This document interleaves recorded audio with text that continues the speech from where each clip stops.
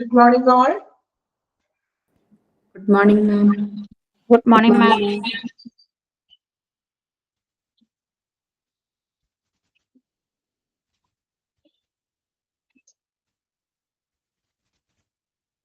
Class start ചെയ്യാം. അപ്പോൾ നമ്മൾ കഴിഞ്ഞ ക്ലാസ്സിൽ ഫങ്ഷൻസ് ഓഫ് മാനേജ്മെന്റ് ആണ് എടുത്തുകൊണ്ടിരിക്കുന്നത് അല്ലെ. അപ്പോൾ മാനേജ്മെന്റിന്റെ മെയിൻ ആയിട്ട് നമ്മൾ പഠിച്ചു 4 ഫങ്ഷൻസ് ആണുള്ളത് അല്ലെ. ഏതൊക്കെയായിരുന്നു ഫങ്ഷൻസ്? സോറി, 5 ഫങ്ഷൻസ് ആണ് നമ്മൾ പഠിച്ചത്. Planning, organising, staffing, directing or leading and controlling അല്ലെ. അപ്പൊ അതിൽ ഫസ്റ്റ് ഫങ്ഷൻ ആയിട്ടുള്ള പ്ലാനിങ്ങിനെ കുറിച്ച് നമ്മൾ കുറച്ച് കാര്യങ്ങളും അതിന്റെ പ്രിൻസിപ്പിൾസ് ഒക്കെയാണ് കഴിഞ്ഞ ക്ലാസ്സിൽ നമ്മൾ ഡിസ്കസ് ചെയ്തത്. ദെൻ ഫങ്ഷൻ മാനേജ്മെന്റിന്റെ ഫങ്ഷൻ ആയിട്ടുള്ള രണ്ടാമത്തെ ഫങ്ഷൻ ഓർഗനൈസിംഗ് ആണ് നമ്മൾ ലാസ്റ്റ് വൺ ജസ്റ്റ് ഒന്ന് പറഞ്ഞു വെച്ചു, ഡെഫിനിഷൻ പറഞ്ഞു വെച്ചു അല്ലെ. ഉടൻ വരെയല്ലേ നമ്മൾ ലാസ്റ്റ് വൺ നിർത്തിയത്?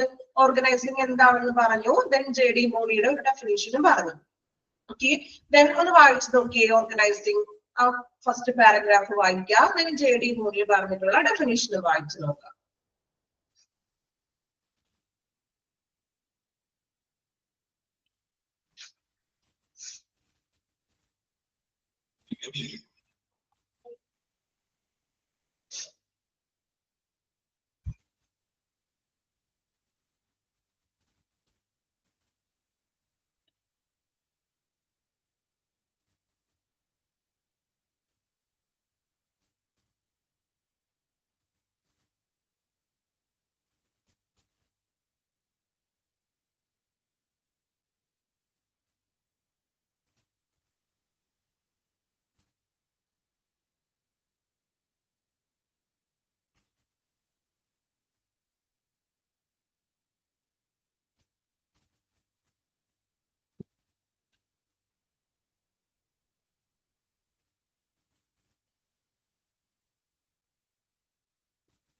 വായിച്ചു എല്ലാവരും? ഓർഗനൈസിംഗ് എന്താണെന്ന് നമുക്ക് കഴിഞ്ഞ ക്ലാസ്സിൽ പറഞ്ഞതാണ്. ജസ്റ്റ് ഒന്ന് റിവൈസ് ചെയ്യാൻ വേണ്ടിയിട്ടാണ്. ഓക്കെ, അപ്പൊ ഓർഗനൈസിംഗ് ഇനി നമ്മൾ നോക്കുന്നത് പ്രിൻസിപ്പിൾ ഓഫ് ഓർഗനൈസിംഗ്. അപ്പൊ നമ്മൾ പറഞ്ഞു ഓരോ ഫംഗ്ഷനും അതിന്റെ കുറച്ച് കാര്യങ്ങളൊക്കെയാണ് നമ്മൾ ഇപ്പൊ പഠിച്ചുകൊണ്ടിരിക്കുന്നത്.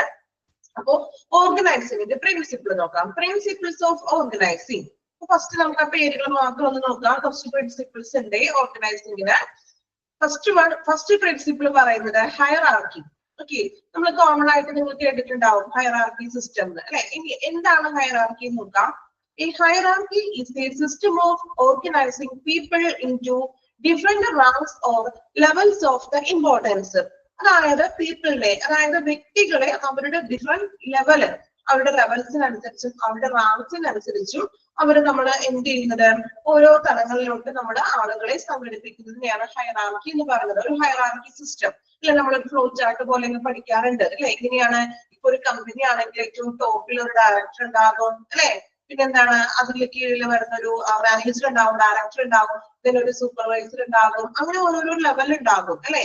ഇല്ലേ? അതിനെയാണ് നമ്മൾ എന്ത് വിളിക്കുക?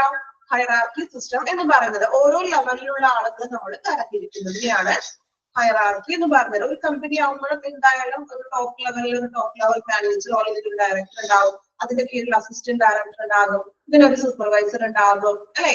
എന്നിങ്ങനെയുള്ള ആ ഒരു ഹയറാർക്കി സിസ്റ്റത്തിനെയാണ് നമ്മൾ എന്ത് വിളിക്കുക? ഹയറാർക്കി എന്ന് പറയുന്നത്. രണ്ടാമത്തെ പ്രിൻസിപ്പിൾ ആണ് സ്പാൻ ഓഫ് കൺട്രോൾ. നമ്മൾ ഓൾറെഡി പഠിച്ചതാണ് സ്പാൻ ഓഫ് കൺട്രോൾ എന്താണെന്ന് നോക്കാം. It is also known as span of management, span of supervision, span of responsibility or span of authority. Underline ചെയ്യാം കേട്ടോ. സ്പാൻ ഓഫ് കൺട്രോൾ അറിയപ്പെടുന്ന മറ്റു പേരുകളാണ് സ്പാൻ ഓഫ് മാനേജ്മെന്റ് എന്ന് പറയുന്നു, സ്പാൻ ഓഫ് സൂപ്പർവിഷൻ എന്ന് വിളിക്കാം, span of responsibility or span of authority. Underline ചെയ്ത് വെക്കാട്ടോ സ്പാൻ ഓഫ് കൺട്രോൾ പറയുന്ന മറ്റു പേരുകള്. ഓക്കെ, അണ്ടർലൈൻ ചെയ്തല്ലോ. Then span of control is the number of subordinates who report directly to a manager or leader. The more employee against to a manager, the wider their span of control. ഇവിടെ പറയുന്നത് നമ്മൾ already span of control നമ്മൾ കഴിഞ്ഞ ക്ലാസ്സിൽ പറഞ്ഞതാണ്. Span of control എന്ന് പറഞ്ഞിട്ടുണ്ടെങ്കിൽ is the number of subordinates who reports directly to a manager or leader. അതായത് ഒരു മാനേജറുടെ കീഴിൽ ഒരു കൂട്ടം ആളുകൾ അല്ലെ. നമ്മൾ പറഞ്ഞു ഒരു മാനേജർ ഉണ്ടാവും, ആ മാനേജർ ഇത്രയും ഒരു എത്രയോ ആളുകൾ, അതായത് ഒരു കൂട്ടം ആളുകളെ ആ ഒരു മാനേജറാണ് ലീഡ് ചെയ്യുന്നത്. സോ ആ സബോർഡിനേറ്റ്സ് എന്ന് പറഞ്ഞാൽ മാനേജറിന്റെ കീഴിൽ വരുന്ന കുറച്ച് തൊഴിലാളികളെ കൺട്രോൾ ചെയ്യുന്നത് ആരാ? മാനേജർ ആയിരിക്കും. സോ അപ്പൊ അവിടെ എന്ത് പ്രശ്നം ഉണ്ടെങ്കിലും ഈ സബോർഡിനേറ്റ് എന്ത് ചെയ്യും? റിപ്പോർട്ട് ചെയ്യുന്നത് മാനേജർക്കാണ്. എന്തുകൊണ്ടാണ്? മാനേജർ ആണ് അവിടെ കൺട്രോൾ ചെയ്യുന്നത്. ഇതിനെയാണ് നമ്മൾ എന്ത് വിളിക്കുക? സ്പാൻ ഓഫ് കൺട്രോൾ എന്ന് പറയുന്നത്, അല്ലെ? അതായത് ഒരു മാനേജറോടോ അല്ലെങ്കിൽ അവിടെ ഒരു ലീഡർ ആയിട്ടാണ് കാണുന്നത്. ഒരു ലീഡർ, ഒരു ഗ്രൂപ്പ് ആകുമ്പോൾ ഒരു ലീഡർ ഉണ്ടാകും, അല്ലെ? അപ്പൊ അവിടുത്തെ പ്രവർത്തനങ്ങൾക്ക് നമ്മൾ എന്തുണ്ടെങ്കിലും ആരോടായിരിക്കും പറയാ? ഗ്രൂപ്പ് ലീഡറോടായിരിക്കും പറയുന്നത്, അല്ലെ? ദെൻ പ്രവർത്തനങ്ങൾക്കെല്ലാം മേൽനോട്ടം വഹിക്കുന്നത് ഈ ഗ്രൂപ്പ് ലീഡർ ആയിരിക്കും. സോ ഇവിടെ പറയുന്നത് തന്നെയാണ് സ്പാൻ ഓഫ് കൺട്രോൾ എന്ന് പറഞ്ഞിട്ടുണ്ടെങ്കിൽ ഒരു മാനേജർ ആയിരിക്കും സബോർഡിനേറ്റ്സിനെ, അദ്ദേഹത്തിന്റെ കീഴിൽ വരുന്ന വ്യക്തികളെ ഡയറക്ട് ചെയ്യുന്നതും ലീഡ് ചെയ്യുന്നതും സ്പാൻ ഓഫ് കൺട്രോൾ അല്ലെങ്കിൽ മാനേജർ ആയിരിക്കും. ക്ലിയർ ആണോ സ്പാൻ ഓഫ് കൺട്രോൾ? ഓക്കെ, എന്തോ പറ്റിയ റെസ്പോൺസ് ഒന്നും ഇല്ലല്ലോ. ഫസ്റ്റ് ക്ലാസ്സിൽ തന്നെ എല്ലാവരും ഉറക്കത്തിലാണോ? ഫസ്റ്റ് ക്ലാസ് ആണ്, ആണോ? എല്ലാവരും ക്ലാസ്സിൽ തന്നെ ഉണ്ടോ? ക്ലാസ്സിൽ തന്നെ ഇല്ല എല്ലാവരും? ഓക്കെ, ദെൻ ആക്റ്റീവ് ആയിട്ടിരിക്കുക കേട്ടോ. ഫസ്റ്റ് ക്ലാസ് തന്നെ നിങ്ങൾ എന്താ പറയാ, മൂഡ് ഓഫ് ആയിട്ട് നിന്നിട്ടുണ്ടെങ്കിൽ എനിക്ക് ക്ലാസ് എടുക്കുമ്പോ ഒരു എന്താ പറയാ, നിങ്ങളുടെ സപ്പോർട്ടല്ലേ ഏറ്റവും കൂടുതൽ വേണ്ടത്. ഓക്കെ, അപ്പോ ക്വസ്റ്റ്യൻ ഒന്നും ഞാൻ ചോദിക്കണില്ലല്ലോ. അറ്റ്ലീസ്റ്റ് ഞാൻ ഇടക്കിടക്ക് എന്തെങ്കിലുമൊക്കെ ചോദിക്കും, അതിനൊക്കെ റിപ്ലൈ തരാം. ഓക്കെ, അറ്റ്ലീസ്റ്റ് തമ്പെങ്കിലും ചെയ്യൂ. അപ്പൊ സ്പാൻ ഓഫ് കൺട്രോൾ കഴിഞ്ഞു, രണ്ടാമത്തെ പ്രിൻസിപ്പിള്. ഇനി മൂന്നാമത്തെ പ്രിൻസിപ്പിൾ നോക്കാം. Integration versus ഡിസ്ഇന്റഗ്രേഷൻ.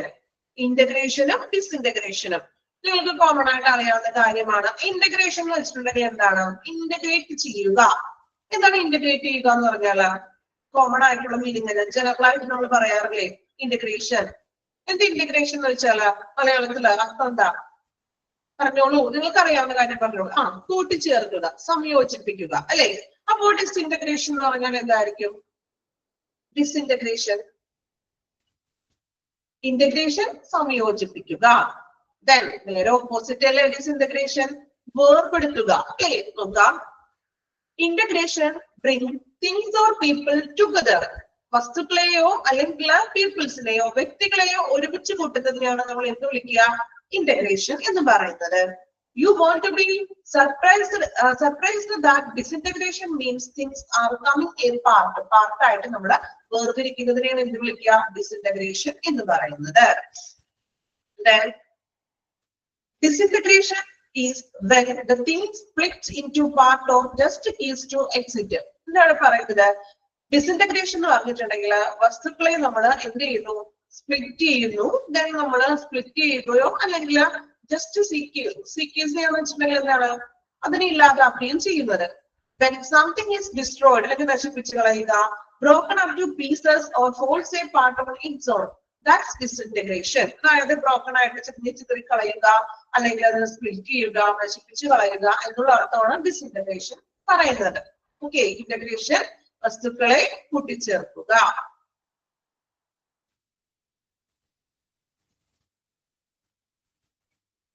നെക്സ്റ്റ് പ്രിൻസിപ്പിൾ നോക്കാം. നാലാമത്തെ പ്രിൻസിപ്പിൾ കൂടി പറഞ്ഞതിന് ശേഷം നമുക്ക് വായിച്ചു നോക്കാം. ഓക്കെ,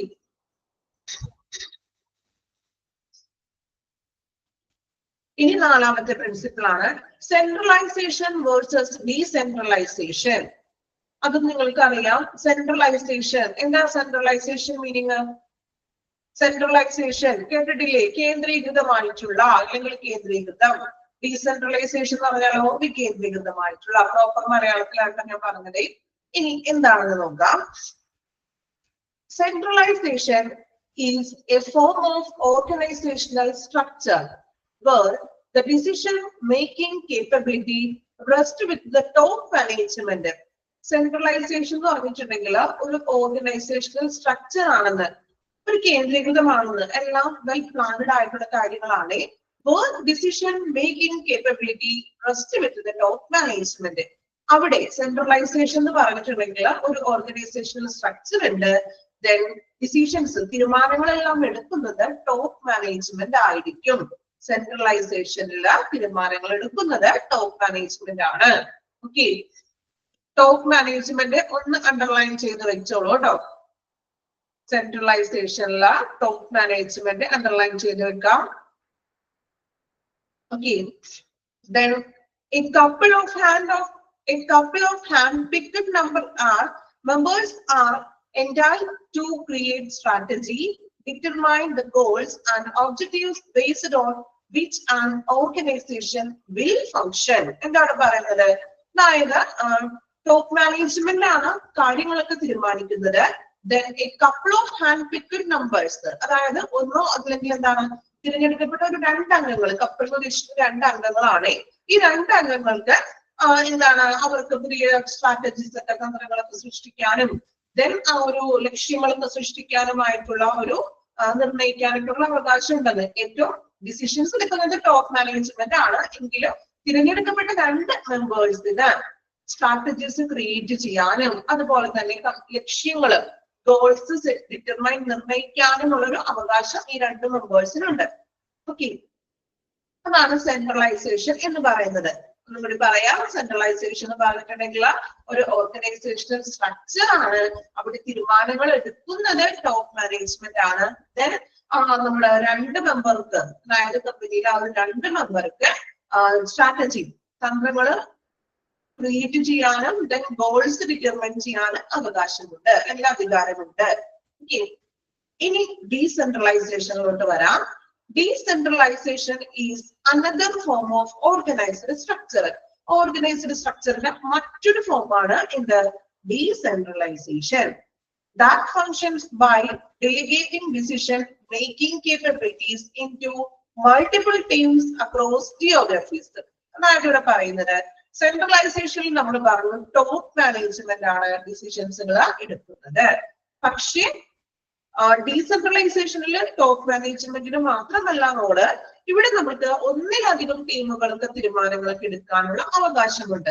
അത് ജിയോഗ്രഫീസ്, അവിടുത്തെ എന്താ പറയാ ഭൂമിയുടെ ആ ഒരു ജിയോഗ്രഫീസ് ഉദ്ദേശിക്കുന്നത് അവിടുത്തെ ആ ഒരു ചുറ്റുപാടും കാര്യങ്ങളൊക്കെ കണക്കിലെടുത്തുകൊണ്ട് എല്ലാ ടീമുകൾക്കും ഒരു ടോപ്പ് മാനേജ്മെന്റിന് മാത്രമുള്ള ഒരു അധികാരമുള്ളത് മറിച്ച് മറ്റു മെമ്പേഴ്സിനാണെങ്കിലും ആ ഒരു ഒന്നിലധികം ടീമുകൾക്ക് തന്ത്രങ്ങൾ മെനയാനും അതുപോലെ തന്നെ എന്താണ് ലക്ഷ്യങ്ങളൊക്കെ ഡിറ്റർമൈൻ ചെയ്യാനായിട്ടുള്ള അധികാരമുണ്ട്. സെൻട്രൽ എന്ന് പറഞ്ഞൊരു കേന്ദ്രീകൃതമാണ്. അവിടെ ഒരു ടോപ്പ് മാനേജ്മെന്റിന് മാത്രമേ അതിനുള്ള അധികാരമുള്ളൂ. ഓക്കെ, ക്ലിയർ ആണോ? സെൻട്രലൈസേഷനും ഡീസെൻട്രലൈസേഷനും മനസ്സിലാക്കി പഠിക്കാം കേട്ടോ. ഇത് ഒരുപാട് നിങ്ങൾ ഹാർഡ് ചെയ്തൊന്നും പഠിക്കണ്ട. നിങ്ങൾ ആ മെയിൻ പോയിന്റുകൾ കൃത്യമായിട്ട് പഠിക്കാം. ഓക്കെ, നമ്മൾ കംപ്ലീറ്റ് വായിച്ചിട്ട് ഞാനൊന്ന് ചെറുതായിട്ടത് നമുക്കൊന്ന് നമ്പർ ഒന്ന് ഇട്ട് വെക്കുക കേട്ടോ അതില്ല. അപ്പൊ നിങ്ങൾ ആ മെയിൻ പോയിന്റ്സുകൾ മാത്രം പഠിച്ചു വെക്കുക. അതിനുള്ളിലുള്ളത് നിങ്ങളൊന്ന് വായിച്ച് മനസ്സിലാക്കാം. എല്ലാ പോയിന്റും എന്താ പറയാ ബൈഹാർട്ട് ചെയ്ത് ഉള്ളിലുള്ള കാര്യങ്ങൾ പഠിക്കാന്ന് പറഞ്ഞിട്ടുണ്ടെങ്കിൽ അത് ഇച്ചിരി ബുദ്ധിമുട്ടുള്ള കാര്യമാണ്. ആണോ? ഈസി ആണോ നിങ്ങൾക്ക് ഇത് പഠിക്കാനായിട്ട് ഉള്ളിലുള്ള കാര്യങ്ങള്?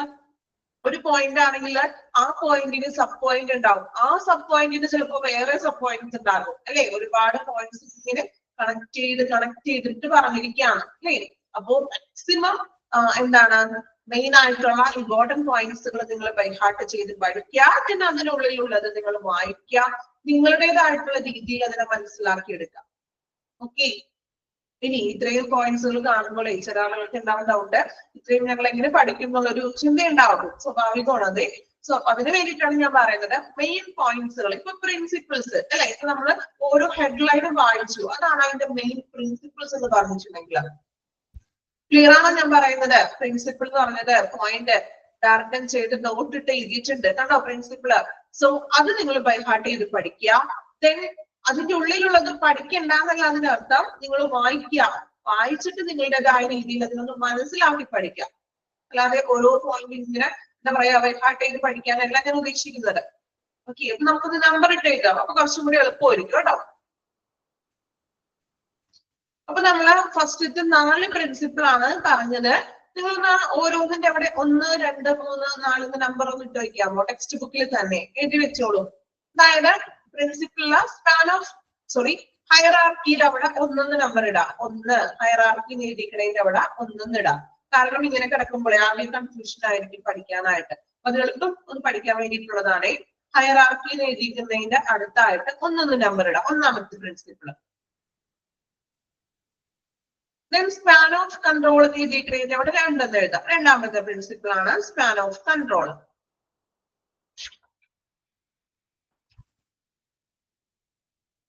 ഓക്കെ, ഇനി ഇന്റഗ്രേഷൻ വേഴ്സസ് ഡിസിന്റഗ്രേഷൻ മൂന്നാമത്തെ പ്രിൻസിപ്പിൾ.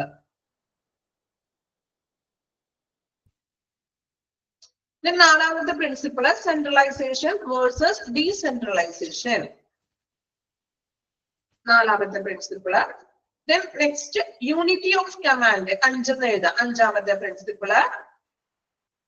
ലാസ്റ്റ് വൺ ആറാമത്തെ principle delegation.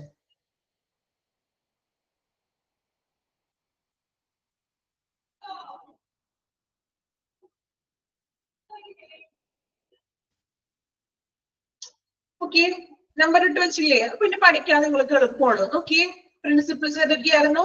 Hierarchy, span of control, integration versus disintegration, then centralization versus decentralization, unity of command and delegation. ഈ 6 പ്രിൻസിപ്പിൾ ബൈ ഹാർട്ട് ചെയ്ത് പഠിക്കാം.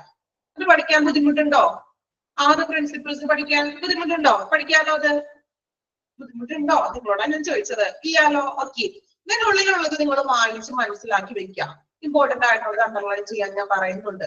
ഓക്കെ, ഇനി അപ്പൊ ഫസ്റ്റത്തെ 4 നമ്മൾ വായിച്ചത്. ആ 4 പ്രിൻസിപ്പിൾസ് ഒന്ന് വായിച്ചു നോക്കി. 4 പ്രിൻസിപ്പിൾസ് വായിക്കാം കേട്ടോ. എളുപ്പമാണ്, വായിച്ചിട്ടുണ്ടെങ്കിൽ മനസ്സിലാകും കേട്ടോ, ബുദ്ധിമുട്ടൊന്നും ഇല്ലാതെ.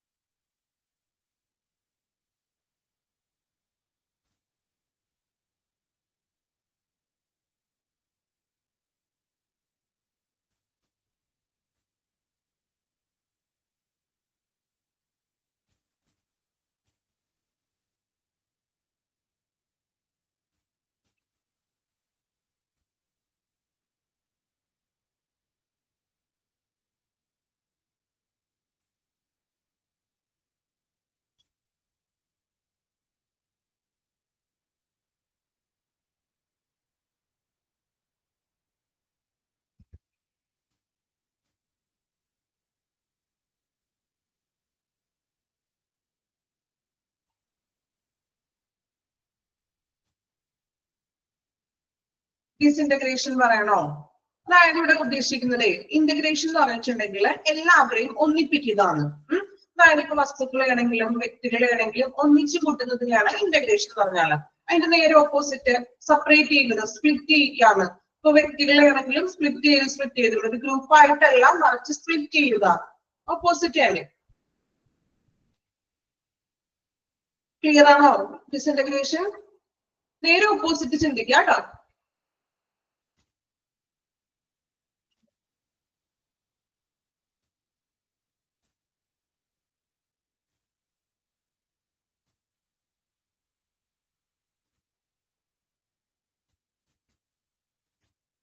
കംപ്ലീറ്റ് ചെയ്തോ 4 പ്രിൻസിപ്പിള്?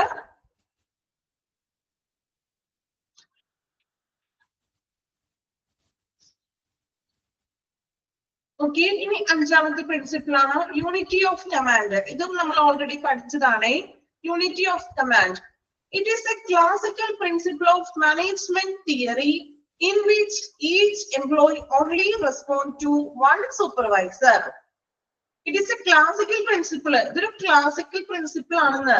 ഇനി എന്താണ് യൂണിറ്റി ഓഫ് കമാൻഡ് എന്ന് പറയുന്നത്? Which each employee only responds to one supervisor. നമ്മൾ പറഞ്ഞു ഒരു കമ്പനിയിലെ ചിലപ്പോൾ ഒരു സൂപ്പർവൈസർ ഉണ്ടാവും. ആ സൂപ്പർവൈസറുടെ ആ കമാൻഡിന്റെ അടിസ്ഥാനത്തിലാണ് ബാക്കി സബോർഡിനേറ്റ്സ് പ്രവർത്തിക്കുന്നത്. അദ്ദേഹമാണ് അവിടുത്തെ കാര്യങ്ങളൊക്കെ തീരുമാനിക്കുന്നത് അല്ലെ? സൂപ്പർവൈസറിന്റെ മേൽനോട്ടത്തിൽ വേണം നമ്മള് താഴെയുള്ള സബോർഡിനേറ്റ് അവരുടെ വർക്കുകൾ ചെയ്യുവാൻ. ഓക്കെ, കമാൻഡ് ചെയ്യുന്നു supervisor. The last principle, delegation. Delegation എന്ന് വെച്ചാൽ എന്താണ്? ഡെലിഗേഷൻ പ്രതിനിധി സംഘം എന്ന് പറയും മലയാളത്തില്. ഓക്കെ, പ്രോപ്പർ മലയാളം ഉണ്ട്, അതിന് നല്ലത് ഇംഗ്ലീഷ് ഒക്കെയാണ് അല്ലെ? നോക്കാം. Delegation is an assignment of authority to another persons to carry out specific activities. It is the process of distributing and entrusting work to another person, and therefore one of the core concepts of management leadership. Management ലീഡർഷിപ്പിന്റെ ഒരു core concept ആണെന്നത്. അതായത് നമ്മൾ ഓരോ വ്യക്തികൾക്കും ഓരോ duty assign ചെയ്ത് ഏൽപ്പിക്കുന്നത്, delegation ചെയ്ത് കൊടുക്കുകയാണ്. ഇപ്പൊ ഒരു വ്യക്തിക്ക് ഇന്ന ഡ്യൂട്ടികൾ ചെയ്യുക. ഇപ്പൊ ഒരു കമ്പനി ആവുമ്പോൾ അവിടെ ഒത്തിരി സ്റ്റാഫ് ഉണ്ടാകും അല്ലെ, ഒത്തിരി സ്റ്റാഫുകൾ ഉണ്ടാവും. എല്ലാ സ്റ്റാഫുകളും ഒരേ വർക്ക് തന്നെയാണോ ചെയ്യുന്നത്? ആണോ? ഒരേ വർക്ക് തന്നെയായിരിക്കും ചെയ്യുന്നത്? അല്ല, വ്യത്യസ്തങ്ങളായിട്ടുള്ള ജോലിയിലാണ് ഒരു കമ്പനിയിൽ തന്നെ ഓരോ സ്റ്റാഫുകളും ഏർപ്പെട്ടിരിക്കുന്നത്. അത് അവരുടെ ക്വാളിഫിക്കേഷൻ അനുസരിച്ചുകൊണ്ടായിരിക്കാം, അവരുടെ എക്സ്പീരിയൻസ് അനുസരിച്ചുകൊണ്ടായിരിക്കാം അല്ലെ. പല വ്യത്യസ്തമായിട്ടുള്ള ഡ്യൂട്ടികളാണ് ഓരോരുത്തർക്കും നമ്മൾ നൽകുന്നത്. അതിനെയാണ് എന്ത് വിളിക്കുക? ഡെലിഗേഷൻ എന്ന് പറയുന്നത്. ഓരോ വ്യക്തികൾക്കും നമുക്കൊരു നിർദ്ദിഷ്ട പ്രവർത്തനങ്ങൾ ചെയ്യാൻ വേണ്ടിയിട്ട് ഓരോ വ്യക്തികൾക്കും ഓരോ പോസ്റ്റിൽ നമ്മൾ അധികാരം കൊടുക്കുന്നത് അല്ലെ. ഫോർ എക്സാമ്പിൾ പറയുകയാണെങ്കിൽ എന്താണ്, ഇപ്പൊ നമ്മളുടെ ഒരു ഇൻസ്റ്റിറ്റ്യൂഷൻ, നമ്മുടെ സ്വന്തം ഇൻസ്റ്റിറ്റ്യൂഷൻ തന്നെ എടുക്കാം അല്ലെ. അപ്പോ നമ്മുടെ ഇൻസ്റ്റിറ്റ്യൂഷനിലാണെങ്കിൽ ഒത്തിരി വർക്കേഴ്സ് ഉണ്ട്. ഇപ്പൊ ടീച്ചേഴ്സ് ഉണ്ട്, നിങ്ങളെ പഠിപ്പിക്കാനായിട്ട് കുറച്ച് ടീച്ചേഴ്സ് ഉണ്ട്. സോ ടീച്ചേഴ്സിന്റെ അസൈൻ ചെയ്തിരിക്കുന്നത് പഠിപ്പിക്കുക എന്നുള്ളതാണ്. ദെൻ നിങ്ങളെ കോൺടാക്ട് ചെയ്യുന്ന PROs ഉണ്ട് അല്ലെ. അപ്പൊ അവരൊരു സെക്ഷൻ ആണ്, അവർക്ക് അവരുടെ ഡ്യൂട്ടി കൊടുത്തിട്ടുണ്ട്. അതുപോലെ നിങ്ങളുടെ ക്ലാസ്സുകളൊക്കെ ചെയ്യാനായിട്ടാണെങ്കിൽ ടെക്നിക്കലി സ്റ്റാഫുകൾ ഉണ്ട്. സോ ഒരു ഫേമിൽ തന്നെ അല്ലെങ്കിൽ ഒരു ഇൻസ്റ്റിറ്റ്യൂഷനിൽ തന്നെ പല സെക്ഷനുകളായിട്ട് ഓരോരുത്തർക്കും നിർദ്ദിഷ്ടമായിട്ടുള്ള പ്രവർത്തനങ്ങൾ ചെയ്യാനായിട്ട് നമ്മൾ ഓരോ വ്യക്തികളെ അസൈൻ ചെയ്തിരിക്കുകയാണ്. അത് അവരുടെ ക്വാളിഫിക്കേഷന്റെ അടിസ്ഥാനത്തിലും അവരുടെ എക്സ്പീരിയൻസിന്റെ അടിസ്ഥാനത്തിലും നമ്മൾ ഓരോ വ്യക്തികൾക്കും എന്ത് ചെയ്യുന്നു? ഓരോ ഗ്രൂപ്പ് ഓഫ് മെമ്പേഴ്സിനും നമ്മൾ ഓരോ ഡ്യൂട്ടികൾ അസൈൻ ചെയ്യുന്നു. അതിനെയാണ് എന്ത് വിളിക്കുക? ഡെലിഗേഷൻ എന്ന് പറയുന്നത്. ക്ലിയർ ആണോ ഡെലിഗേഷൻ? ഓക്കെ, ഇപ്പൊ നമ്മുടെ പ്രിൻസിപ്പിൾസ് നമ്മൾ കംപ്ലീറ്റ് ചെയ്തിട്ടുണ്ട്. നമ്മൾ വായിച്ചിട്ടില്ലല്ലോ, 2 പ്രിൻസിപ്പിൾ കൂടി വായിക്കാനുണ്ട്. പെട്ടെന്ന് വായിക്കാം. യൂണിറ്റി ഓഫ് കമാൻഡ് വായിക്കണം, ദെൻ ഡെലിഗേഷനും വായിക്കാം കേട്ടോ.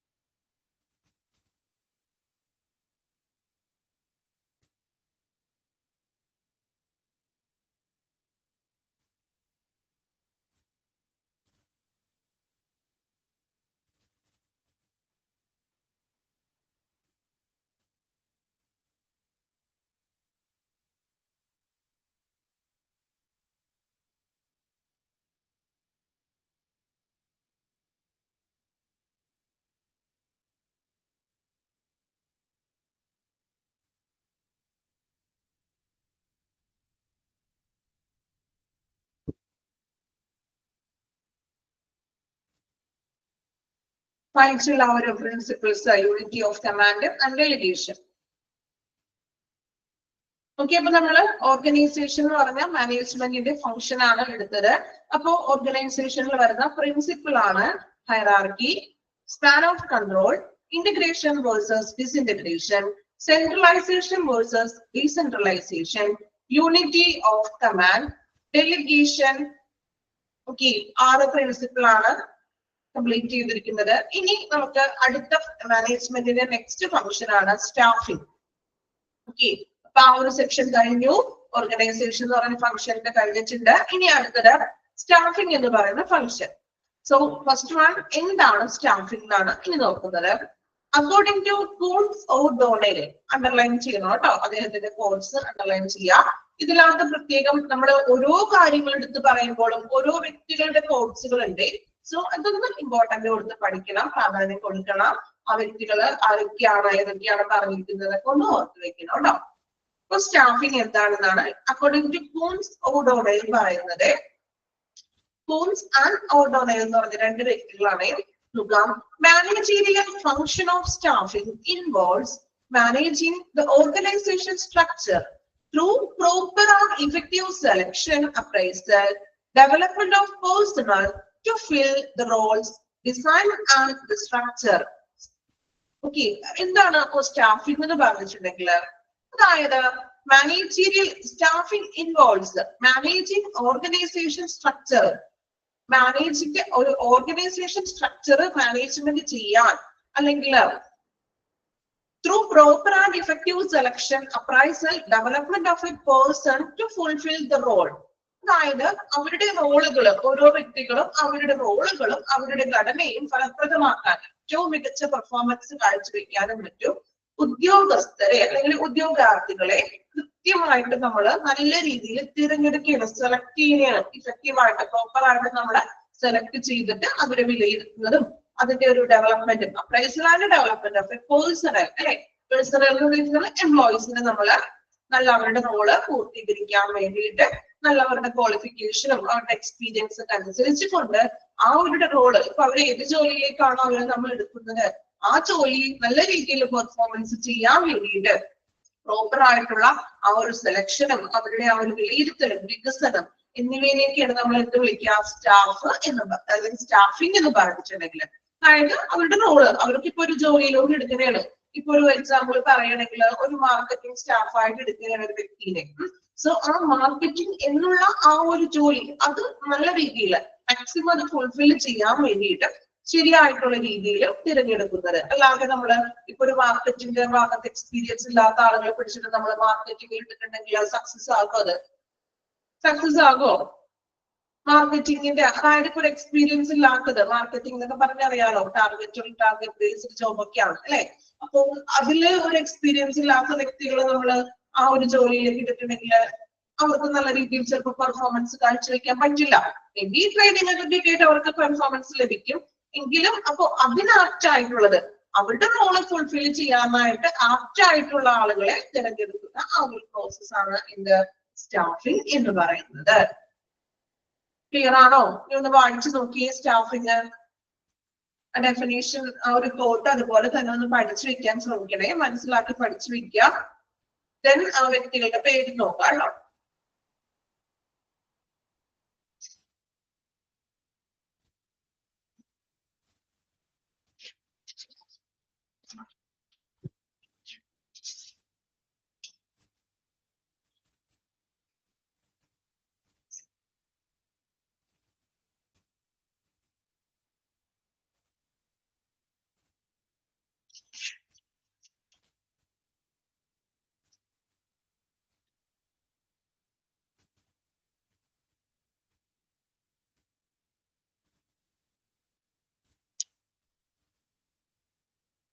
ആയിട്ടോ സ്റ്റാഫിംഗ്?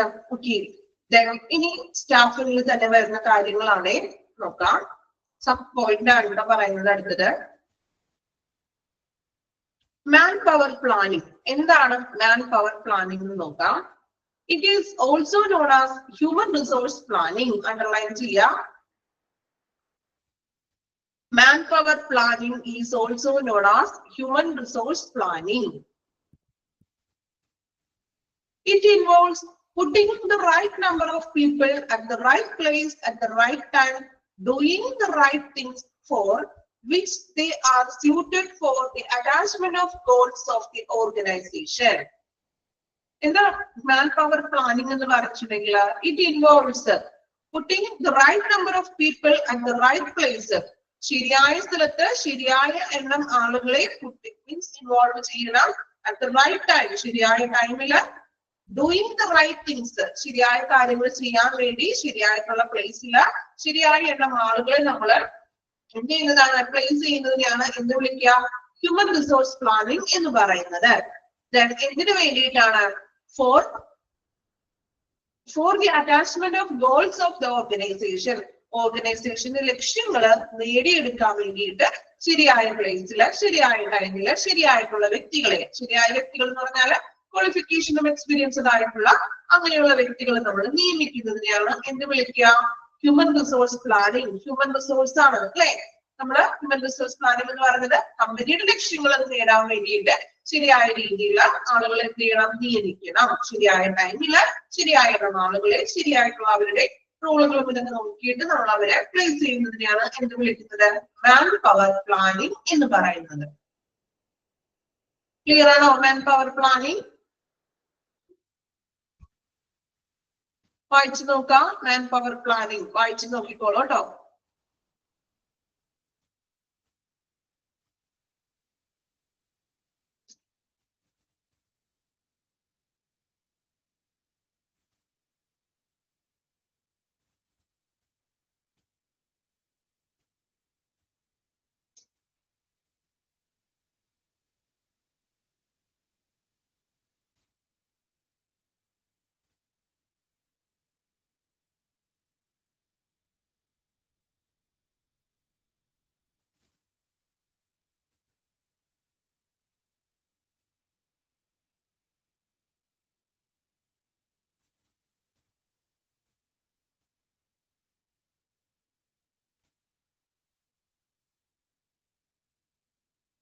ഓക്കെ, കംപ്ലീറ്റ് ചെയ്തല്ലോ. ഇനി നെക്സ്റ്റ് വൺ നോക്കാം.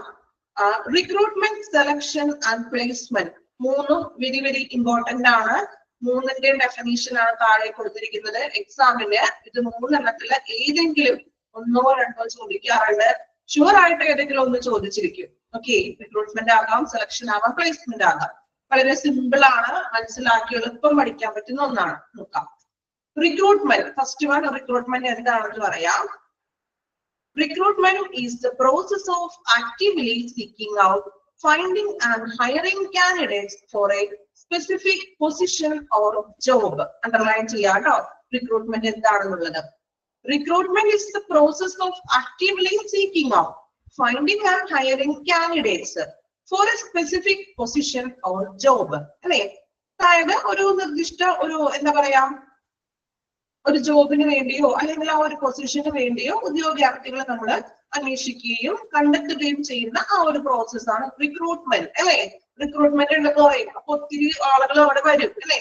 ദെൻ അവരിൽ നിന്ന് നമ്മൾ സ്പെസിഫിക് ആയിട്ടുള്ള എന്താ പറയാ ക്വാളിഫിക്കേഷനും കാര്യങ്ങളൊക്കെ നോക്കി അതിൽ നിന്നാണ് നമ്മൾ കണ്ടെത്തുന്നത്. അല്ലെ? അത് ഏതൊക്കെ വിളിക്കാം?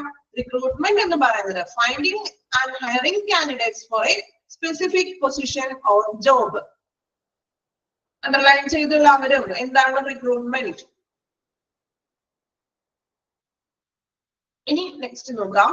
The recruitment definition includes the entire hiring process from inception to the individual recruit's integration into the company. റിക്രൂട്ട്മെന്റിനെ കുറിച്ചാണ് വീണ്ടും പറയുന്നത്. ഫസ്റ്റത്തെ മാത്രം അണ്ടർലൈൻ ചെയ്യുക, പഠിക്കുക. ദെൻ രണ്ടാമതായിട്ട് പറയുന്നത് The recruitment definition include entire hiring process. നമ്മൾ ഒരു വ്യക്തിയെ തിരഞ്ഞെടുക്കുന്നത് മുതൽ from inception to the individual recruits the integration to the company. അതായത് നമ്മൾ ഒരു വ്യക്തിയെ നമ്മൾ ഇൻസെപ്ഷൻ തിരഞ്ഞെടുക്കുന്നത് മുതൽ ഇന്റഗ്രേഷൻ നമ്മൾ ആ കമ്പനിയിലോട്ട് ആളെ സംയോജിപ്പിക്കുന്നത് വരെയുള്ള ഒരു പ്രോസസ് ആണ് റിക്രൂട്ട്മെന്റ് എന്ന് പറയുന്നത്. ഓക്കെ, ഫസ്റ്റത്തെ അണ്ടർലൈൻ ചെയ്തത് പഠിക്കാം കേട്ടോ. Finding and hiring candidates four A specific job, അതാണ് റിക്രൂട്ട്മെന്റിന്റെ ഡെഫിനിഷൻ എന്ന് പറഞ്ഞിട്ടുണ്ടെങ്കിൽ. ഇനി റിക്രൂട്ട്മെന്റ് ഇൻക്ലൂഡ് ചെയ്യുന്ന കാര്യമാണ് ഈ പറയുന്നത്. ഒരു വ്യക്തിയെ നമ്മൾ റിക്രൂട്ട് ചെയ്തെടുത്ത് ആ വ്യക്തിയെ നമ്മളുടെ കമ്പനിയിലോട്ട് ഇന്റഗ്രേറ്റ് ചെയ്തത്, അതായത് അവിടെ ഒരു സ്റ്റാഫ് പെർമനന്റ് ആയിട്ടുള്ള സ്റ്റാഫ് ആക്കുന്നത് വരെയുള്ള ഒരു പ്രോസസ്സിനെയാണ് റിക്രൂട്ട്മെന്റ് എന്ന് വിളിക്കുന്നത്. ഓക്കെ, ഫസ്റ്റത്തെ മാത്രം അണ്ടർലൈൻ ചെയ്യാം കേട്ടോ. ഇനി രണ്ടാമത് നമുക്ക് നോക്കാം സെലക്ഷൻ എന്താണെന്ന്. The process of identifying and hiring applicants for the filling the vacancies in an organization is called selection. Underline ചെയ്യാം selection എന്താണെന്ന്. The process of identifying and hiring the applicants for the filling the vacancies in an organization is called selection. എന്താണ് selection എന്ന് പറഞ്ഞാൽ? നമ്മൾ പറയും select ചെയ്തു എന്നൊക്കെ പറയാറുണ്ട് അല്ലേ? അതായത് ഒരു കമ്പനിയില ഒരു ഓർഗനൈസേഷനിലെ ഒഴിവുകൾ വേക്കൻസികൾ നികത്താനായിട്ട് ഫിൽ ചെയ്യുന്നതിന് വേണ്ടി നമ്മൾ എന്ത് ചെയ്യും? എംപ്ലോയീസിന്റെ അപേക്ഷകരെ കാൻഡിഡേറ്റ്സിനെ കണ്ടെത്തിക്കൊണ്ട് കണ്ടെത്തി നമ്മൾ കാൻഡിഡേറ്റ്സിനെ നിയമിക്കുന്ന പ്രോസസ്സിനെയാണ് എന്ത് വിളിക്കുക? സെലക്ഷൻ എന്ന് പറയുന്നത്. ഓക്കെ, അണ്ടർലൈൻ ചെയ്തല്ലോ സെലക്ഷൻ എന്താണെന്ന്. ഇനി next one placement. The process of assigning a specific job to each one of the selected candidate is called placement. Underline ചെയ്യാട്ടോ placement എന്താണെന്ന്. The process of assigning specific job each one of selected candidates is called placement. എന്താ placement എന്ന് വിളിക്കുന്നത്? അതായത് നമ്മള് തിരഞ്ഞെടുക്കപ്പെട്ട, അതായത് ഇപ്പൊ പ്ലേസ്മെന്റ് നടത്തുന്ന പറയും. ഇപ്പോ എക്സാമ്പിൾ പറയണമെങ്കിൽ എന്താ പറയാ, ഇപ്പൊ നമ്മുടെ കോളേജിലൊക്കെ പ്ലേസ്മെന്റ് ഉണ്ടാവും പഠനം കഴിയുമ്പോൾ. അതായത് ഒരു ഇന്റർവ്യൂ പോലെയൊക്കെ നടത്തിക്കൊണ്ട് അതിൽ സെലക്ട് ആയിട്ടുള്ള ഉദ്യോഗാർത്ഥികൾക്ക് ജോലി നൽകുന്നതാണ് എന്ത്? പ്ലേസ്മെന്റ് എന്ന് പറഞ്ഞത്. തിരഞ്ഞെടുക്കപ്പെടുക, ഇപ്പൊ ഇന്റർവ്യൂ ആവാൻ ചിലപ്പോൾ എക്സാം ആയിരിക്കും നടത്തുന്നത് അല്ലെ? അതിൽ നിന്നും തിരഞ്ഞെടുക്കപ്പെട്ട വ്യക്തികൾക്ക്, എംപ്ലോയീസ്, തിരഞ്ഞെടുക്കപ്പെട്ട ഉദ്യോഗാർത്ഥികൾക്ക് നമ്മൾ ജോബ് കൊടുക്കുന്നതിനാണ് എന്ത് വിളിക്കുക? പ്ലേസ്മെന്റ് എന്ന് പറയുന്നത്. ഓക്കെ, ഇനി ഒന്ന് വായിച്ചു നോക്കിയേ, ഇമ്പോർട്ടന്റ് ആണ്. സൈഡില് മാർക്ക് ചെയ്ത് വെച്ചോളൂ. മൂന്നും പഠിക്കണം.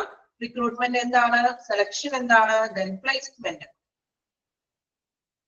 എക്സാമിന് ഷുവർ ആയിട്ടുള്ള ക്വസ്റ്റ്യൻ ആണ് കേട്ടോ അത്.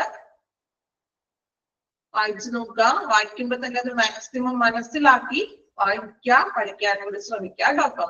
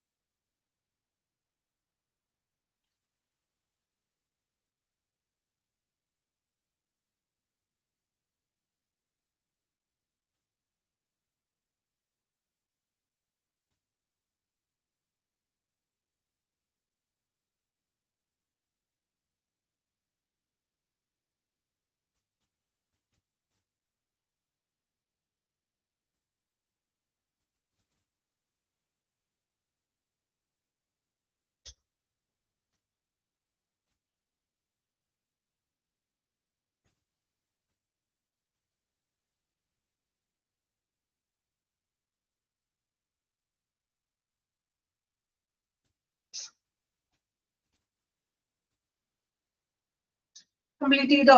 വായിച്ചോ? 3 recruitment, selection and placement. Next one, training and development. എന്താണ് ട്രെയിനിങ്ങും ഡെവലപ്മെന്റ് എന്ന് നോക്കാം. Training and development refer to educational activities within a company. കമ്പനിയിലെ educational activities നെയാണ് training and development സൂചിപ്പിക്കുന്നത്. A company created to enhance the knowledge and skills of employees while offering information and instruction on how to better perform specific tasks. കമ്പനിയിലെ specific ടാസ്കുകൾ better ആയിട്ട് perform ചെയ്യുന്നതിന് വേണ്ടി കമ്പനിയിലെ എംപ്ലോയീസിന് അവർക്ക് ആവശ്യമായിട്ടുള്ള നോളജും സ്കിൽസും വളരാൻ വേണ്ടിയിട്ട് എന്ത് കൊടുക്കുന്നു? Offering informations and instructions. ഇൻഫോർമേഷൻസുകളും ഇൻസ്ട്രക്ഷൻസുകളും കൊടുക്കുന്നു. അതിനെയാണ് എന്ത് വിളിക്കുക? ട്രെയിനിങ് എന്ന് പറയുന്നത്. ഇപ്പോ എക്സാമ്പിൾ പറയുകയാണെങ്കിൽ നമ്മളൊരു ജോലിയിൽ പ്രവേശിച്ചു അല്ലെ? ചിലപ്പോ ഓരോ ഫാമിലും ചിലപ്പോൾ ഒരു 6 month, first 6 month training period ആയിരിക്കും, അല്ലെങ്കിൽ ഒരു 3 months ട്രെയിനിങ് പീരീഡ് തരും. കൊടുക്കാറുണ്ടോ? അറ്റ്ലീസ്റ്റ് കേട്ടിട്ടില്ലേ നിങ്ങളാ? 3 months ഒക്കെ ട്രെയിനിങ് ആണെന്ന് പറയാം. ഇനി എന്തുകൊണ്ടാണ് ഈ 3 months അവർ ട്രെയിനിങ് കൊടുക്കുന്നത്? അവർക്ക് വല്ല കാര്യമുണ്ടോ ട്രെയിനിങ് കൊടുക്കേണ്ടത്? കമ്പനി അല്ല അതിന്റെ പൈസ ചെലവാക്കുന്നത്, അല്ലെങ്കിൽ കമ്പനി ഓണർ അല്ലെങ്കിൽ മാനേജർ ആണ് ട്രെയിനിങ് നടത്തുന്നത്. സോ അവർക്ക് അതുകൊണ്ട് എന്തെങ്കിലും ബെനിഫിറ്റ് ഉണ്ടോ ട്രെയിനിങ് നടത്തുന്നത് കൊണ്ട്? എന്താണ് നിങ്ങളുടെ അഭിപ്രായം? കമ്പനി എന്തിനാ വെറുതെ പൈസ ട്രെയിനിങ് നടത്തി, അല്ലെങ്കിൽ ഇത്രയും സ്റ്റാഫുകളൊക്കെ 3 months ട്രെയിനിങ് ഒക്കെ കൊടുക്കുന്നത്? ചിലപ്പോൾ ട്രെയിനിങ് ചെയ്യുന്നത് പുറത്തു നിന്നുള്ള വ്യക്തികളായിരിക്കാം അല്ലേ? എന്തുകൊണ്ടാണ് ഇപ്പൊ അങ്ങനെ ട്രെയിനിങ് കൊടുക്കുന്നത്? എന്താണ് നിങ്ങളുടെ അഭിപ്രായം? എന്തിനു വേണ്ടിയിട്ടാണ് ഈ സ്റ്റാഫുകളൊക്കെ ട്രെയിനിങ് കൊടുക്കുക? ചുമ്മാ വെറുതെ ഇന്നത്തെ ഡെസ്കിനാണോ കൊടുക്കുന്നത്? ആണോ? അവരുടെ വർക്ക് അവർ നല്ല രീതിയിൽ ചെയ്യാം അല്ലെ? അവര് അതിലോട്ട് കൂടുതൽ ബെറ്റർ ആക്കാൻ വേണ്ടി, അവരുടെ വർക്ക് നല്ല രീതിയിൽ ചെയ്യാൻ വേണ്ടിയിട്ട്. സോ ഈ 3 month ട്രെയിനിങ് കിട്ടിക്കഴിഞ്ഞിട്ടുണ്ടെങ്കിൽ അവര് അവരുടെ വർക്ക് ബെറ്റർ ആയിട്ട് ചെയ്യാനായിട്ട് സഹായിക്കുന്നു അല്ലെ? സോ അപ്പൊ അതിനു വേണ്ടിയിട്ടാണ് നമ്മൾ ഈ ഒരു കമ്പനി അല്ലെങ്കിൽ ഒരു ഓർഗനൈസേഷൻ ട്രെയിനിങ് സ്റ്റാഫുകൾക്ക് കൊടുക്കുന്നത്. Okay, training is A short term reactive process. Training എന്ന് പറഞ്ഞിട്ടുണ്ടെങ്കിൽ ഷോർട്ട് ടേം റിയാക്റ്റീവ് പ്രോസസ് ആണെന്ന്. റിയാക്റ്റീവും പ്രൊആക്റ്റീവും എവിടെയെങ്കിലും കേട്ടിട്ടുണ്ടോ? ക്ലാസ് കേട്ട ആളുകൾക്ക് അറിയാൻ പറ്റും കേട്ടോ. പ്രൊആക്റ്റീവും റിയാക്റ്റീവും എവിടെയെങ്കിലും കേട്ടതായിട്ട് ഓർക്കുന്നുണ്ടോ നിങ്ങള്? ആരും ഓർക്കണില്ല? പ്രൊആക്റ്റീവ് പ്രോസസ്സും റിയാക്റ്റീവ് പ്രോസസ്സും ഞാൻ തന്നെ പറഞ്ഞത് ഓർക്കണുണ്ടോ? എനിക്ക് തോന്നുന്നു കഴിഞ്ഞ ക്ലാസ്സിലല്ല, അതിന് തൊട്ട് മുന്നത്തെ ക്ലാസ്സിലായിരിക്കും നമ്മൾ എടുത്തത്. ആർക്കും ഓർമ്മയില്ല? കുറച്ച് പേർക്ക് ഓർമ്മയുണ്ട്. നിങ്ങളെല്ലാവരും ക്ലാസ്സിലേക്ക് ഉറങ്ങിയായിരുന്നു അപ്പോ റിയാക്റ്റീവ് പ്രൊആക്റ്റീവ് ഒക്കെ പറഞ്ഞപ്പോ? അല്ലെങ്കിൽ അന്നത്തെ ദിവസത്തെ ക്ലാസ് കഴിഞ്ഞു, അതോടുകൂടി ആ സെക്ഷൻ കഴിഞ്ഞോ? അങ്ങനെയാണോ? നിങ്ങൾ ആരും വായിക്കണില്ല എന്നാണോ അതിന്റെ അർത്ഥം? വായിക്കണുണ്ടോ? അറ്റ്ലീസ്റ്റ് പഠിച്ചില്ലെങ്കിലും ഒരു പ്രാവശ്യമെങ്കിലും ഒന്ന് വായിച്ചു നോക്കണേ. ഓക്കെ, അപ്പോ ഇവിടെ റിയാക്റ്റീവും പ്രൊആക്റ്റീവ് പ്രോസസ് ഞാൻ പറഞ്ഞായിരുന്നു. ഞാൻ പറയുമ്പോ ഓർമ്മ കിട്ടുമോ നോക്കാം കേട്ടോ. പ്രൊആക്റ്റീവ് എന്ന് പറഞ്ഞിട്ടുണ്ടെങ്കിൽ നമ്മൾ പറഞ്ഞു ഫ്യൂച്ചറിൽ എന്തെങ്കിലും പ്രശ്നങ്ങൾ വരുന്നതിന് മുൻപ് തന്നെ നമ്മൾ നേരത്തെ കാര്യങ്ങളൊക്കെ സെറ്റ് ചെയ്ത് വെക്കുന്നത്. റിയാക്റ്റീവ് എന്ന് പറഞ്ഞാല് മേ ബി എന്തെങ്കിലും പ്രശ്നങ്ങൾ സംഭവിച്ച് കഴിയുമ്പോ അതിനെതിരെ ചെയ്യുന്നതാണ് റിയാക്റ്റീവ്. യെസ്, ഇപ്പൊ കിട്ടി അല്ലേ? ആഫ്റ്റർ ഇഫക്റ്റ് ഇപ്പൊ ഓർമ്മ വന്നോ? കുറച്ച് ആളുകളൊക്കെ ഇങ്ങനെ ഉത്തരം പറഞ്ഞപ്പോഴാണ് എവിടെയോ കേട്ടിട്ടുണ്ടല്ലോ എന്ന് അറിയുന്നത് അല്ലെ? ഇപ്പൊ ഓർമ്മ വന്നു അങ്ങനെ പറഞ്ഞപ്പോ? ഓക്കെ, എനിക്ക് നല്ല ഓർമ്മയുണ്ട് കേട്ടോ, ഞാൻ മറന്നിട്ടില്ല പറഞ്ഞത്. ഓക്കെ, അപ്പോ റിയാക്റ്റീവ് ആണെന്ന്, അതായത് ട്രെയിനിങ് എന്ന് പറഞ്ഞിട്ടുണ്ടെങ്കിൽ ഒരു ഷോർട്ട് ടേം റിയാക്റ്റീവ് പ്രോസസ് ആണെന്ന്. റിയാക്റ്റീവ് എന്ന് പറഞ്ഞാൽ എന്താണ്? ഇപ്പോ കമ്പനിയിൽ ചിലപ്പോ കുറച്ച് പ്രൊഡക്ഷൻ കുറഞ്ഞു, അങ്ങനെ എന്തെങ്കിലും പ്രശ്നം ഉണ്ടാകുമ്പോഴാണ് നമ്മൾ എന്ത് ചെയ്യും? എവിടെയാണോ നമുക്ക് പോരായ്മ വന്നത് അല്ലെ, അതിനെ മറികടക്കാൻ വേണ്ടിയിട്ട് നമ്മൾ ട്രെയിനിങ് കൊടുക്കുന്നു. മനസ്സിലായോ? അതാണ് റിയാക്റ്റീവ് പ്രോസസ് എന്ന് പറയുന്നത്. ചിലപ്പോ കമ്പനിക്ക് കുറച്ചിപ്പോ ഒരു പ്രൊഡക്ഷനിലാണെങ്കിൽ കുറച്ച് നഷ്ടം വന്നു അല്ലെ, അവിടെ വലിയ ലാഭമില്ല, 1-2 മാസങ്ങളായിട്ട് ഇങ്ങനെ വലിയ ലാഭം കിട്ടുന്നില്ല. അപ്പൊ എന്ത് ചെയ്യും? ബെറ്റർ ആക്കാൻ വേണ്ടിയിട്ട് അവിടുത്തെ സ്റ്റാഫുകൾക്ക് കുറേ എന്താ പറയാ ഒരു ട്രെയിനിങ് കൊടുക്കും, ട്രെയിനിങ് ക്ലാസ്സുകൾ കൊടുക്കും. എങ്ങനെ കുറച്ചും കൂടി ഫലപ്രദമാക്കാം, ഏത് മെത്തേഡ്സുകൾ നമുക്ക് യൂസ് ചെയ്യാം എന്നുള്ള കുറച്ച് ട്രെയിനിങ് ക്ലാസ്സുകളൊക്കെ നമ്മൾ കമ്പനി കൊടുക്കുന്നു. സോ അവരുടെ ആ ഒരു ഓർഗനൈസേഷന്റെ അല്ലെങ്കിൽ ആ ഒരു പ്രൊഡക്ഷൻ ആണെങ്കിലും കുറച്ചുകൂടി ബെറ്റർ ആക്കാനായിട്ടുള്ള മാർഗങ്ങളും മറ്റും ഈ ട്രെയിനിങ്ങിൽ പറയുന്നു. എക്സാമ്പിൾ പറയുകയാണെങ്കിൽ നിങ്ങൾ ഒരു ഫിലിം കണ്ടിട്ടുണ്ടോ? ഫിലിമിന്റെ പേര് ഓർമ്മയില്ല, നമ്മുടെ പേര് കറക്റ്റായിട്ട് ഓർമ്മ കിട്ടുന്നില്ല. ദിലീപാണ് തോന്നുന്നത് നായകനായിട്ടുള്ള ഒരു ഫിലിം. അതില് കിങ് ലെയർ എന്ന് പറഞ്ഞ ഫിലിമാണ്. കണ്ടിട്ടുണ്ടോ നിങ്ങള്? കണ്ടിട്ടുണ്ടോ എന്ന് എനിക്കറിയില്ല. കുറച്ചുപേരെങ്കിലും കണ്ടിട്ടുണ്ടോ? ഇല്ല, ആരും കണ്ടിട്ടില്ല. യെസ്, കിങ് ലെയർ എന്ന് പറഞ്ഞ മൂവിയില് ഇതുപോലെ അവരുടെ കമ്പനിയിൽ അവരിങ്ങനെ ഒരു ട്രെയിനിങ് പോലെ ഒരു മീറ്റിംഗ് കൊടുത്തിരുന്നുണ്ട്. ശ്രദ്ധിച്ചിട്ടുണ്ടോ നിങ്ങള്? അവരുടെ പ്രൊഡക്റ്റ് മീൻസ് കമ്പനിക്ക് ലാഭം കിട്ടാൻ വേണ്ടിയിട്ട് അല്ലേ. അപ്പൊ അവിടെ ഒരു ട്രെയിനിങ് പോലെ തന്നെയാണ്. എല്ലാവരെയും മീറ്റിംഗ് വിളിച്ചു കൂട്ടി ആ ഒരു പ്രൊഡക്റ്റിന്റെ എങ്ങനെ നമുക്കത് കൂടുതലായിട്ട് വിറ്റഴിക്കാം അല്ലെ എന്നുള്ള കാര്യങ്ങളൊക്കെ നമ്മൾ, അവിടെ ഒരു ഫോൾട്ട് വന്നു, അപ്പൊ അവിടെ ഒരു റിയാക്റ്റീവ് പ്രോസസ് ആണ് അവർ ചെയ്യുന്നത്. ട്രെയിനിങ് കൊടുത്തിട്ട് എന്താ റിയാക്റ്റീവ് പ്രോസസ് ചെയ്യുന്നത്? ഓർമ്മയുണ്ടായിരുന്നെങ്കിലോ? പ്രൊഡക്റ്റിന്റെ പ്രോഫിറ്റ് കൂട്ടാൻ വേണ്ടിയിട്ട്, അതായത് പ്രോഫിറ്റ് കുറഞ്ഞു എന്ന് കണ്ടപ്പോൾ ആ പ്രൊഡക്റ്റിന്റെ പ്രോഫിറ്റ് കൂട്ടാൻ വേണ്ടി അല്ലെ, അതായത് എനിക്ക് തോന്നുന്ന ഒരു കോസ്മെറ്റിക് ക്രീമിന്റെ എന്ന ഒരു പ്രൊഡക്റ്റ് ആണ് ഉദ്ദേശിക്കുന്നത്. സോ ആ ക്രീമിന്റെ ഹോളിന്റെ വലിപ്പം കൂട്ടിയവര്, അതൊരു ട്രെയിനിങ് പോലെ ഒരു മീറ്റിംഗ് കൂടിയാണ് അവര്.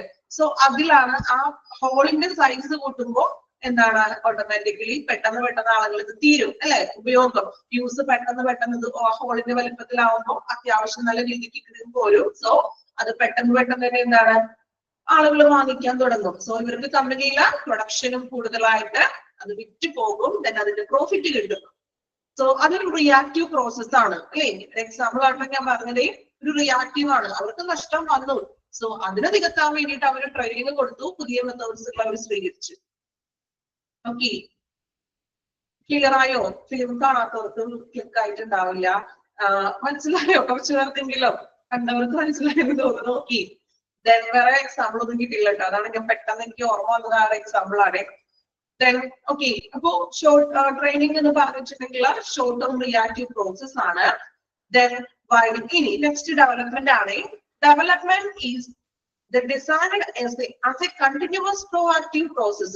പക്ഷെ ഡെവലപ്മെന്റ് എന്ന് പറയുന്നത് ഒരു പ്രോആക്റ്റീവ് പ്രോസസ് ആണെന്ന്.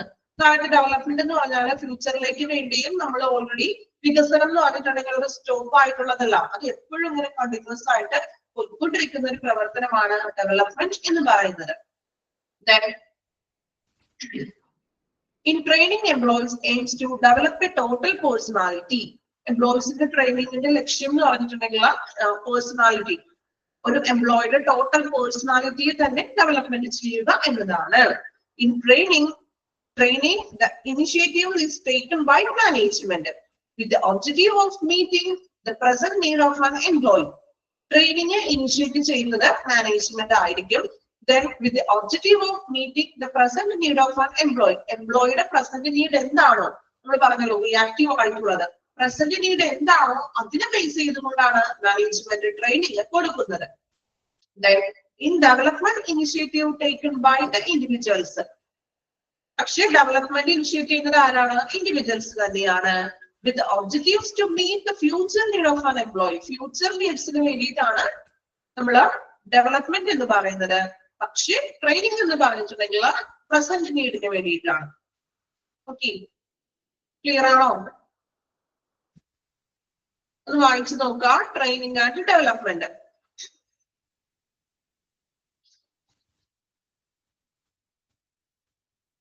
ട്രെയിനിങ് ആൻഡ് ഡെവലപ്മെന്റ് വായിച്ചു നോക്കുക കേട്ടോ.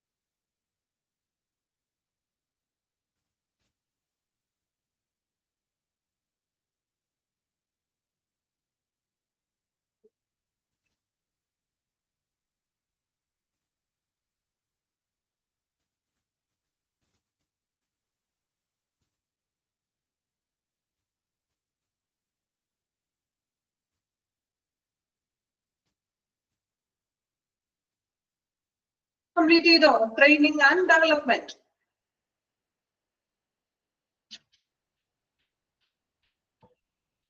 The next one, remuneration. Remuneration. Remuneration is the payment or compensation received for service or employment. Underline cheyato. Remuneration is the payment or compensation received for service or employment. അതായത് ഒരു എന്താ പറയാ, സേവനങ്ങൾക്ക് ലഭിക്കുന്ന, സർവീസസിനും ലഭിക്കുന്ന ഒരു പ്രതിഫലം അല്ലെങ്കിൽ പേയ്മെന്റ് ആവാം, കോമ്പൻസേഷനെ ആണ് നമ്മൾ എന്ത് വിളിക്കുക? റെമ്യൂണറേഷൻ എന്ന് പറയുന്നത്. Base salary and any bonus or other economic benefits that an employee or executive receives during employment falls under remuneration. അതായത് remuneration എന്ന് പറഞ്ഞിട്ടുണ്ടെങ്കിൽ എംപ്ലോയീസിന് ലഭിക്കുന്ന പേയ്മെന്റ്സ്, അവർ ചെയ്യുന്ന സേവനങ്ങൾക്ക് അവർക്ക് ലഭിക്കുന്ന കോമ്പൻസേഷൻ ആകാം, പേയ്മെന്റ്സ് ആകാം. അപ്പൊ എക്സാമ്പിൾ ആണ് ഇപ്പൊ ബോണസ്, അതുപോലെ തന്നെ മറ്റ് ഇക്കണോമിക് ബെനിഫിറ്റ്സുകൾ, PF, ESI തുടങ്ങിയ ബെനിഫിറ്റ്സുകളൊക്കെയാണ് നമ്മള് റെമ്യൂണറേഷൻ എന്ന് പറയുന്നത്. ഓക്കെ, ഫസ്റ്റ് ആ ഒരു സെന്റൻസ് മാത്രം അണ്ടർലൈൻ ചെയ്യാം. ദെൻ ബോണസ്, ഇക്കണോമിക് ബെനിഫിറ്റ്സ്, അതൊക്കെയാണ് റെമ്യൂണറേഷൻ എന്ന് പറയുന്നത്.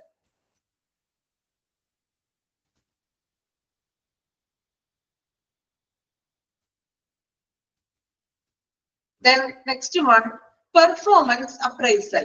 അടുത്തതാണ് performance appraisal. The term performance appraisal refers to regular review of an employee's job performance and overall contribution to a company. Performance appraisal അതായത് ഒരു ജോബ്, ഒരു എംപ്ലോയീസിന്റെ job performance, അവന്റെ ജോലിയുടെ performance അവൻ മികച്ചതായിട്ട് ചെയ്യുന്നുണ്ടോ എന്ന് വിലയിരുത്തുന്നതും, and overall contribution to a company, അവന് ആ കമ്പനിയിൽ കൊടുക്കുന്ന ഓവറോൾ കോൺട്രിബ്യൂഷൻ. കോൺട്രിബ്യൂഷൻ എന്ന് വെച്ചാൽ എന്താണ്? അവൻ ചെയ്യുന്ന വർക്ക്, അവന്റെ സേവനം, ആ കമ്പനിയിൽ അവൻ ചെയ്യുന്ന സേവനം, അതിനെയാണ് നമ്മൾ പെർഫോമൻസ് അപ്രൈസൽ എന്ന് സൂചിപ്പിക്കുന്നത്. It is also known as annual review, performance review or evaluation, or employee appraisal.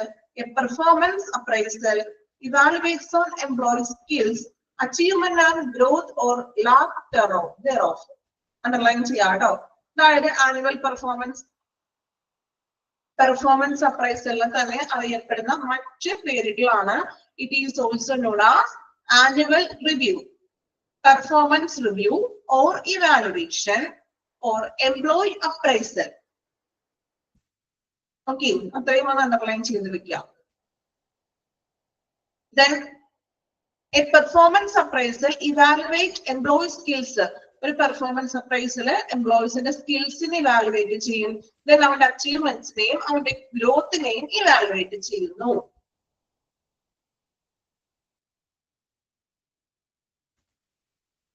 Okay, വായിച്ചു നോക്കിക്കോളൂ. പെർഫോമൻസ് അപ്രൈസൽ ഇതെല്ലാം സ്റ്റാഫിങ്ങിന്റെ കീഴിൽ വരുന്ന സബ് പോയിന്റ്സുകളാണ് കേട്ടോ, പോകരുതും.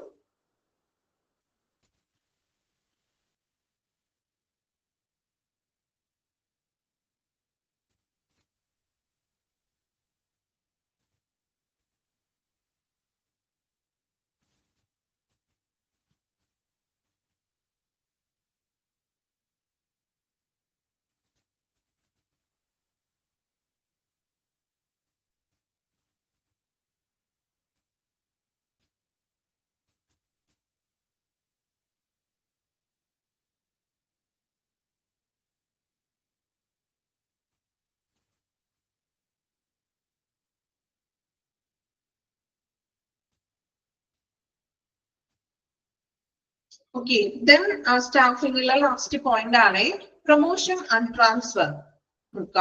Promotion is defined as the movement of an employee from one position to another position of a higher pay grade or salary. Underline ചെയ്യാട്ടോ. Promotion എന്ന് പറഞ്ഞിട്ടുണ്ടെങ്കിൽ promotion is defined as the movement of an employee.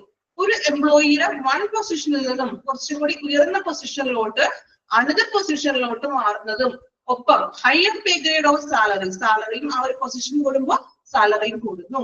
അതിനെയാണ് എന്ത് വിളിക്കുക? Promotion എന്ന് പറയുന്നത്. Okay, then transfer. Transfer is defined as the movement of an employee from one position to another position at the same pay grade level or similar salary. Transfer എന്ന് പറഞ്ഞിട്ടുണ്ടെങ്കിൽ ഒരിടത്തു നിന്നും മറ്റൊരിടത്തോട്ട് എംപ്ലോയിയുടെ position മാറുന്നത്, പക്ഷേ സാലറിയും പേ ഗ്രേഡ് ഒക്കെ സെയിം തന്നെ ആയിരിക്കും. മറ്റൊരു സ്ഥലത്തേക്ക് മാറുന്നത് അതിനെയാണ് ട്രാൻസ്ഫർ എന്ന് പറയുന്നത്. അണ്ടർലൈൻ ചെയ്യാം കേട്ടോ, ട്രാൻസ്ഫറും അണ്ടർലൈൻ ചെയ്യാം. ഓക്കെ, പ്രൊമോഷനും ട്രാൻസ്ഫറും അണ്ടർലൈൻ ചെയ്യുക. എന്നിട്ട് ഒരു പ്രാവശ്യം ഒന്ന് വായിച്ചു നോക്കുക കേട്ടോ.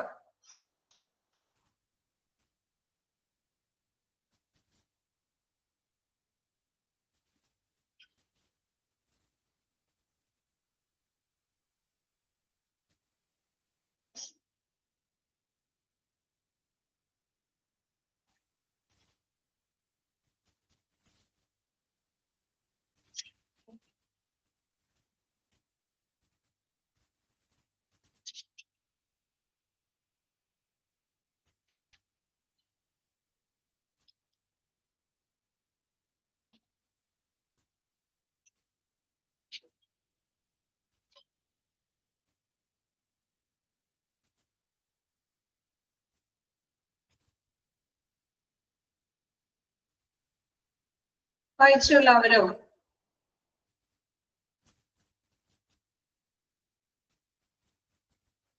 ഓക്കെ, അപ്പൊ നമ്മള് മാനേജ്മെന്റിന്റെ ഫംഗ്ഷൻ ആയിട്ടുള്ള സ്റ്റാഫിംഗ് എന്ന ഫംഗ്ഷനില് മെയിൻ സബ് പോയിന്റ്സുകളാണ് പറഞ്ഞത്.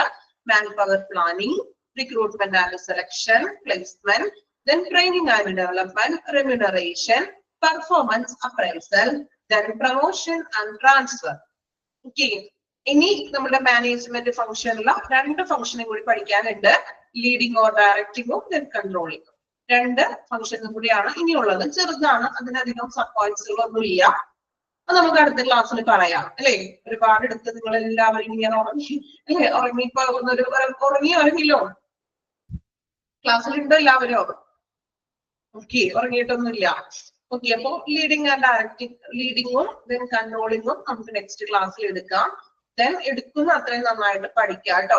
മോക്ക് ടെസ്റ്റുകൾ അറ്റൻഡ് ചെയ്യണം, അത് മാത്രം പോരാ, നന്നായിട്ട് പഠിക്കണം. ഞാൻ പറഞ്ഞു എന്താ പറയാ, 2 പ്രാവശ്യം വായിച്ചാൽ മാത്രം അത് നിങ്ങൾക്ക് മനസ്സിലാക്കി എടുക്കാൻ പറ്റുള്ളൂ. ഒരു പ്രാവശ്യം വായിച്ച് മനസ്സിലാക്കി പഠിക്കാൻ പറ്റുന്ന ടോപ്പിക്സുകളല്ല അല്ലേ.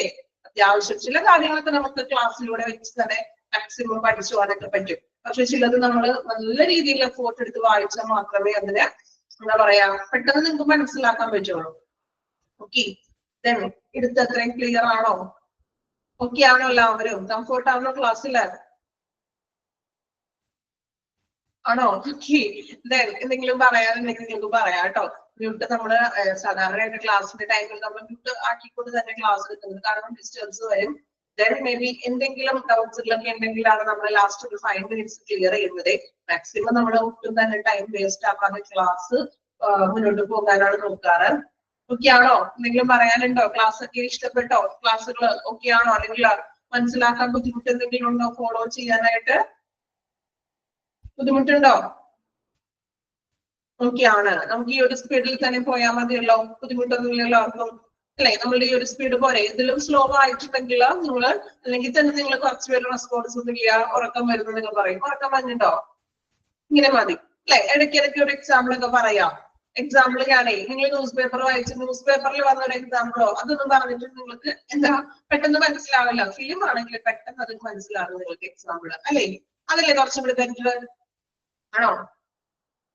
നിങ്ങൾ ന്യൂസ് പേപ്പറിൽ വായിച്ചില്ലേ എന്ന് ചോദിച്ചിട്ടുണ്ടെങ്കിൽ നിങ്ങൾക്ക് ആർക്കും ഒരു റെസ്പോൺസ് ഉണ്ടാവില്ല.